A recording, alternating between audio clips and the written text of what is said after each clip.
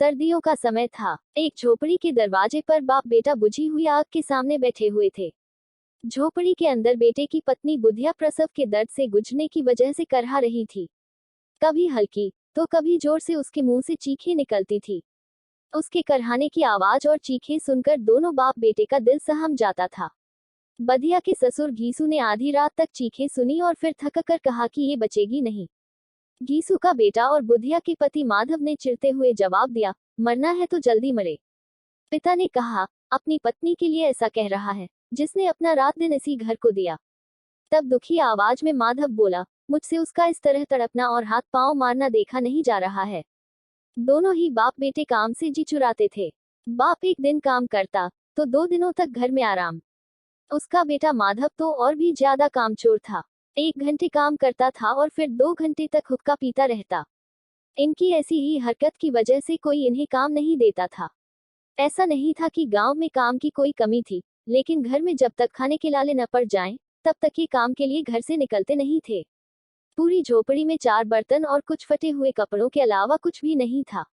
दौलत के नाम पर यही था इनका। दोनों के सिर पर खूब कर्ज था, लेकिन संतोष इतना कि इन्हें बस एक टाइम थोड़ा खाना मिल जाए, उसके अलावा कुछ नहीं चाहिए था। दुनिया भर के ताने भी सुनते थे, लेकिन इन्हें कोई फर्क नहीं पड़ता था। इनमें इतना संतोष था कि इनके सामने साधु संतों का संतोष भी कम पड़ जाता था। जब बहुत जरूरत पड़ती थी तो बाप पेड़ से कुछ लकड़ियां तोड़ता और उसका बेटा उन्हें बेचकर कुछ पैसा ले आता था। ये पैसा जब तक इनके पास होता, तब तक दोनों में से एक भी काम करने के लिए नहीं जाते थे। अगर कभी घर में खाने को कुछ न होता तो आस पड़ोस के खेतों से कभी आलू ले आते तो कभी गन्ना। आखिर गांव था भी किसानों का ही। किसी न किसी खेत में मौसम के अनुसार कुछ न कुछ मिल ही जाता था। इसी तरह से घीसू ने अपनी जिंदगी के 60 साल काट लिए थे। आज भी बाहर आग के पास बैठकर किसी के खेत से लाए आलू को भूनकर दोनों बाप बेटे खा रहे थे और बुधिया अंदर दर्द में तड़प रही थी। माधव की बुधिया से कुछ साल पहले ही शादी हुई थी। उसने घर को अच्छे से संभाल लिया था, लेकिन माधव और घीसू और भी कामचोर हो गए थे। अभी दोनों के मन में था कि बुधिया जल्दी से दुनिया से चली जाए और वो आराम कर सके। आग में भुना हुआ आलू छीलते हुए घीसू ने अपने बेटे से कहा कि अपनी पत्नी को अंदर देखकर आ जाओ। कुछ हो गया तो पैसा भी नहीं है कोई काम करवाने के लिए। घीसू के बेटे ने अंदर जान से इनकार कर दिया। उसे डर था कि कहीं उसका पिता सारे आलू न खा जाए। वो बोला कि मुझे डर लगता है, आप ही अंदर जाकर क्यों नहीं देख लेते हैं। माधव के पिता घीसू ने जवाब दिया, कैसा डर, मैं बैठा तो हूँ यहाँ। तुझे पता है जब तेरी माँ बीमार हुई थी, मैं उसके पास 3 दिन तक बैठा था। अगर मैं अंदर जाता हूँ तो उसे शर्म आ जाएगी। ससुर हूँ उसका, वो कैसे मेरे सामने अपने हाथ पांव पटक पाएगी। जवाब में माधव ने कहा, बच्चा हो गया तो क्या करेंगे, हमारे घर तो कुछ सामान भी नहीं है।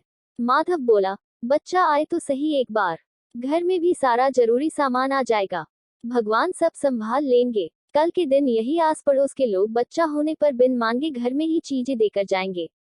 वैसे घीसू के गांव के मेहनती किसानों की भी हालत कुछ अच्छी नहीं थी।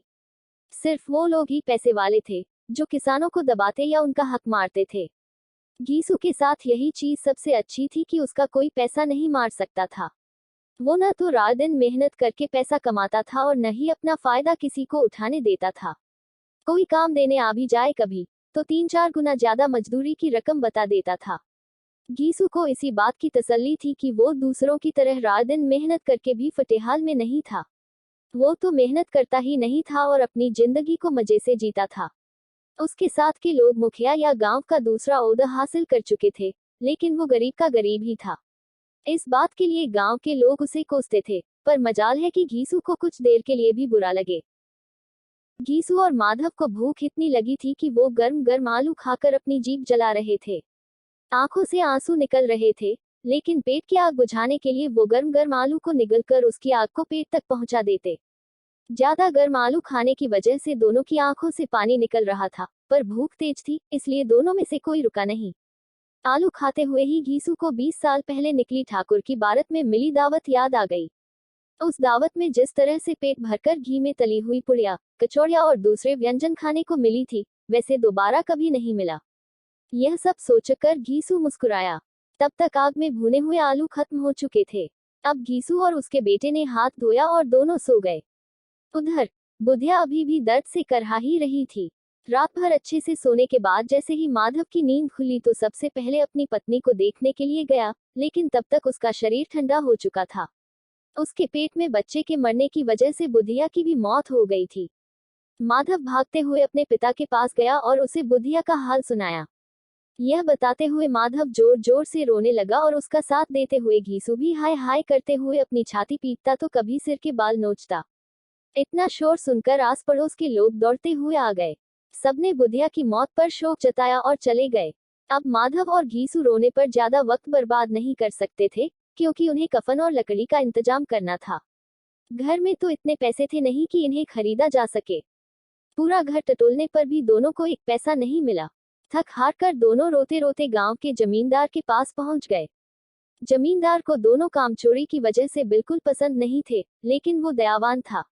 उसने सोचा कि अभी गुस्सा दिखाने का समय नहीं है, इसलिए जल्दी से जेब से 2 रुपए निकालकर उन्हें दे दिए। अब जमींदार ने पैसे दिए हैं, यह सुनकर गांव के बड़े बड़े लोग भी मदद करने से मना नहीं कर पाए। सबने घीसू को कुछ न कुछ दे दिया। घंटे भर में घीसू के पास 5 रुपए, अनाज, लकड़ी व अन्य जरूरी सामान जमा हो गया था। बस अब जरूरत थी तो कफन की। दोपहर का समय था। दोनों बाप बेटे कफन खरीदने के लिए 5 रुपए लेकर बाजार चले गए। घीसू ने बाजार पहुंचकर कहा, लकड़ी तो मिल गई है, तो अब एक हल्का सा कफन खरीद लेते हैं। अच्छा खरीद कर भी क्या करेंगे, उसे तो जलना ही है। अब दोनों सस्ता और हल्का सा कफन खरीदने के लिए एक दुकान से दूसरी दुकान जाने लगे, लेकिन उन्हें सस्ता कुछ भी नहीं लगा। तभी माधव ने कहा, कैसा रिवाज है, जिस औरत को जिंदा रहते हुए अच्छे कपड़े पहनने के लिए नहीं मिले, उसे मरने पर नया कफन उड़ाना होगा। ये 5 रुपए पहले मिलते तो अच्छे से दवाई कर लेते, शायद आज वो जिंदा होती। सूती, रेशम, हर तरह का कफन दोनों बाप बेटे देख चुके थे। दोपहर से शाम हो चुकी थी, लेकिन दोनों को कुछ भाया नहीं। तभी उन्हें पास में ही एक मैखाना दिखा। दोनों वहां गए और पहले एक बोतल ली। उसके बाद खाने के लिए चटनी, मछली और तमाम चीजें मंगाई। दोनों ने आज खुलकर खाया। इतना खाया कि 2 रुपए खत्म हो गए। घीसू बोला, बहू को कफन उड़ाते तो क्या होता, जल ही जाता ना। कुछ भी बहू के पास तक नहीं पहुंचता, लेकिन आज इतना खा लिया है कि मन तृप्त हो गया।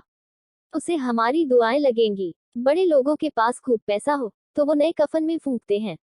बेटे ने पूछा, जब लोग सवाल करेंगे कि कफन कहाँ है, तो क्या कहोगे उन्हें?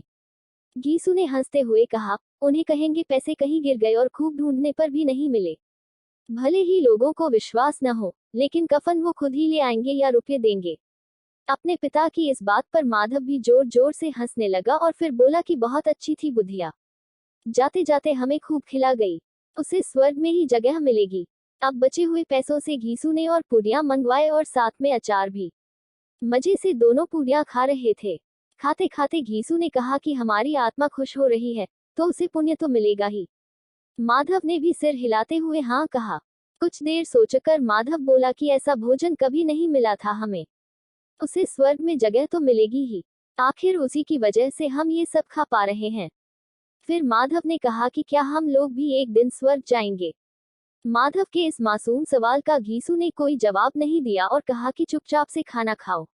वो इस वक्त ऐसी बातें करके अपना आनंद कम नहीं करना चाह रहा था। फिर माधव ने पूछा, अगर बुधिया स्वर्ग में हमसे पूछेगी कि मेरे लिए कफन क्यों नहीं लाए, तो हम क्या जवाब देंगे? घीसू पूछने लगा, तुझे किसने कह दिया कि उसे कफन नहीं मिलेगा? बिल्कुल मिलेगा और बहुत अच्छा मिलेगा। कौन देगा? सारा पैसा तो हम खा गए, नाराज होते हुए माधव ने कहा। जवाब में घीसू बोला, वही देंगे जिन्होंने इतना कुछ दिया है। बस इस बार पैसा हमारे हाथ नहीं लगेगा, लेकिन कफन जरूर आएगा। माधव जोर जोर से रोते हुए कहने लगा, स्वर्ग की रानी बनेगी मेरी पत्नी, उसने बहुत दुख झेला है यहाँ। पिता ने उसे चुप कराने की कोशिश की और कहा, रो मत, वो दुनिया के दुख से दूर चली गई। अब दोनों खड़े होकर गाना गाने लगे, नाचने लगे। सब उन्हें देख रहे थे, लेकिन उन्हें किसी से कोई फर्क नहीं पड़ रहा था। नशे में चूर बाप बेटे नैना झमकावे गाते गाते उसी जगह पर गिर गए। कहानी से सीख, इंसान को कामचोरी नहीं करनी चाहिए, वरना जीवन को चलाना मुश्किल हो जाता है। साथ ही ज्यादा संतोषी होना से जीवन में आगे बढ़ने की चाह ही खत्म हो जाती है।